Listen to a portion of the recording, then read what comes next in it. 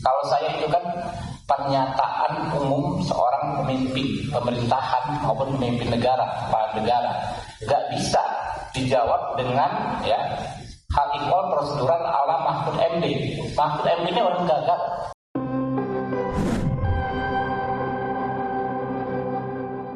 Kalau saya itu kan pernyataan umum seorang pemimpin pemerintahan maupun pemimpin negara, kepala negara, nggak bisa dijawab dengan ya hal ikhwal prosedural ala Mahfud MD. Mahfud MD ini orang gagal. Ya, dia sendiri menilai dia gagal ya 5 tahun sebagai Menko Polhukam dengan memberi skor 5 dalam penegakan hukum. Apa yang mau dinilai dari Mahfud MD gitu kan? Nah, jadi ya teman-teman ya, itu aja. Saya malas capek tidak berdebat ya. Gak mungkin Pak Prabowo itu menginstruksikan untuk mengabaikan berbagai peraturan perundang-undangan. Intinya adalah semua protokol hukum kita memang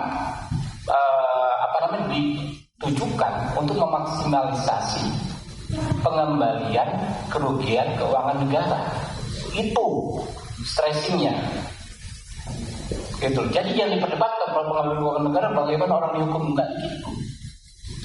Kita ini memperdebatkan hal yang remeh-temeh, tapi melupakan hal yang paling substansi dalam pemberantasan korupsi. Tinggal saja para pejabat negara, kepolisian, kejaksaan, KPK menerjemahkan arahan Pak Prabowo itu sesuai dengan hukum dan perundang-undangan yang berlaku.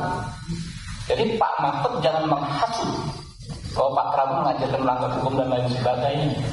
Gitu. Oke? Iya, saya heran ya. Menteri terkait dengan hukum itu sukanya mencari dalil atau pasal pembenar terhadap apa yang disampaikan oleh Presiden. Seperti kasus pemulangan narapidana ke luar negeri, katanya hanya tactical arrangement gitu, padahal ada hukum yang melarang. Yang ini lagi gagasan Pak Prabowo untuk kemungkinan memberi maaf kepada koruptor asal mengaku secara diam-diam dan mengembalikan kepada negara secara diam-diam. Itu kan salah. Undang-undang korupsi tidak membenarkan itu, hukum pidana tidak membenarkan itu. Lalu menterinya mencari dalil pembenar, itu kan ada di Undang-Undang Kejaksaan, denda damai. Denda damai itu hanya untuk tindak pidana ekonomi sesuai dengan Undang-Undang tentang bea cukai, Undang-Undang perpajakan, dan Undang-Undang kepabeanan. Nah di situ kalau ada orang melanggar pajak atau bea cukai, itu tawar-menawar dulu. Oh kamu seharusnya bayar 100 miliar, kok hanya membayar 95. Nah sekarang yang 5 ini dikalikan berapa? Itu namanya denda damai. Dan itu jelas. Ada mekanismenya, yaitu dibuat oleh instansi terkait, dalam hal ini Kementerian Keuangan, lalu minta izin Kejaksaan Agung. Minta izin Kejaksaan Agung. Jelas tuh prosedurnya, angkanya jelas, tidak diam-diam. Nah sekarang dinaikkan kewenangan ini, Jaksa Agung boleh menerapkan denda damai tanpa usul dari instansi terkait. Tetapi itu tetap tuh undang-undang tindak pidana ekonomi, yaitu untuk kepabeanan, untuk pajak, dan untuk tadi bea cukai. Itu diatur di dalam pasal 35 Undang-Undang Kejaksaan Agung yang terbaru. Dan itu jelas di dalam pasal 35, dan penjelasannya itu hanya untuk tindak pidana ekonomi tertentu. Korupsi tidak masuk di situ. Oleh sebab itu, menyongsong tahun baru nih, mari ke depannya jangan suka cari-cari pasal untuk pembenaran, itu bahaya. Nanti setiap ucapan Presiden ditarikan dalil untuk membenarkan, itu tidak bagus cara kita bernegara. Prof, hukum seperti apa yang akan timbul ketika denda damai ini dipaksa diterapkan? Ya enggak tahu, kalau saya sih membayangkannya nanti akan banyak orang korupsi, diam-diam sesudah akan ketahuan mengaku. Gitu kan? Sesudah akan ketahuan mengaku. Kan Pak Prabowo inginnya sebenarnya ya agar aset negara tidak hilang. asset recovery namanya kalau itu di konvensi PBB. Itu dibenarkan aset recovery itu. Tetapi yang termudah agar tidak terjadi diam-diam penyelesaiannya. Dulu saya sudah pernah mengusulkan loh. Tahun 2001 ketika saya Menteri Kehakiman, lalu saya tulis lagi usul itu di dalam buku saya yang terbit tahun 2003. Judulnya Setahun Bersama Gus Dur. Mari kita maafkan aja gitu. Tapi terbuka. Seperti yang dilakukan oleh Afrika, jangan diam-diam, gitu. Nah ini diam-diam gimana caranya? Siapa yang bertanggung jawab? Lapor kepada siapa yang mengumumkan siapa? Apakah yang bersangkutan minta damai itu mau diumumkan namanya? Nah kalau tidak diumumkan tidak transparan, tidak ada yang tahu bahwa itu melanggar atau tidak. Tapi kalau diumumkan ya lewat pengadilan aja.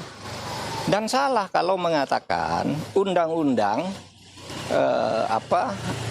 untuk mengembalikan aset itu tidak ada jalannya. Kalau mau ya undang-undang perampasan aset diberlakukan aja, undang-undang perampasan aset yang sudah dituju oleh DPR sama pemerintah dulu, tapi lalu macet di DPR.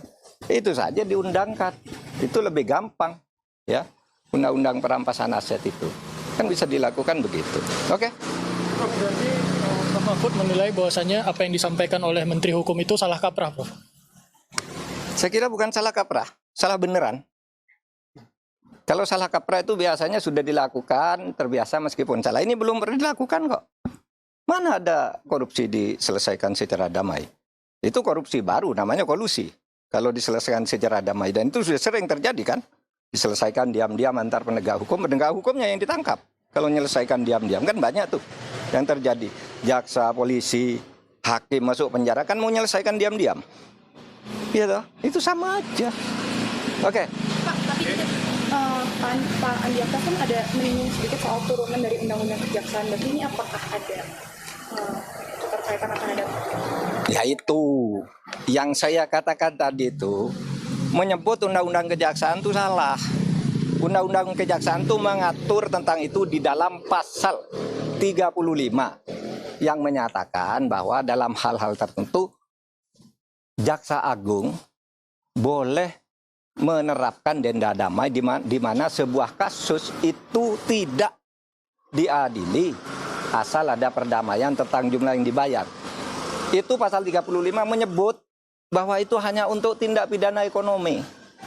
Lihat aja pasal 35 itu tindak pidana ekonomi itu ada 3. Kepabeanan, perpajakan, dan apa tadi? Dan bea cukai. Hanya itu yang boleh. Kalau korupsi lain tidak boleh, tidak pernah ada dan tidak boleh ada.